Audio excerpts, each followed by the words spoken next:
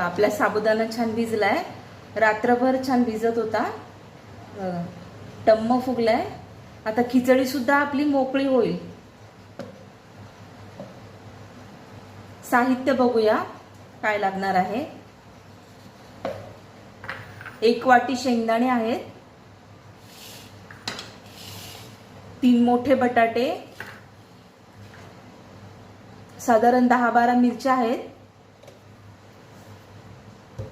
आणि तेल. बटाटा छान शिजलाय आपला. आपण साबुदाण्यामध्ये आता मीठ घालायचं आहे आणि हा शेंगदाण्याचा कूट घालायचा आहे आणि छान मिक्स करून घ्यायचंय.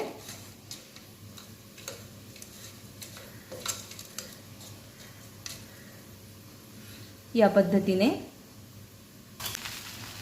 मिक्स करायचंय.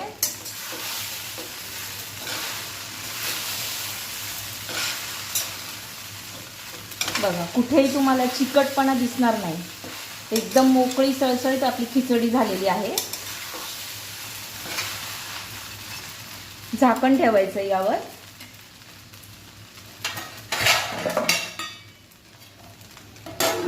आणि हे होऊ द्यायचंय.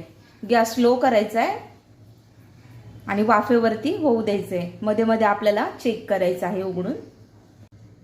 झाली आहे आपली खिचडी. छान मऊसूत आणि एकदम मोकळी सळसळीत झाली आहे. कुठेही तुम्हाला चिकटपणा नाही दिसणार. छान दही आणि खिचडी. रेसिपी जर आवडली तर लाईक, शेअर, सबस्क्राईब करायला अजिबातच विसरू नका. आणि हो, बेल आयकॉनवरही क्लिक करा. भेटूया आपण अशाच एका छानशा रेसिपीमध्ये.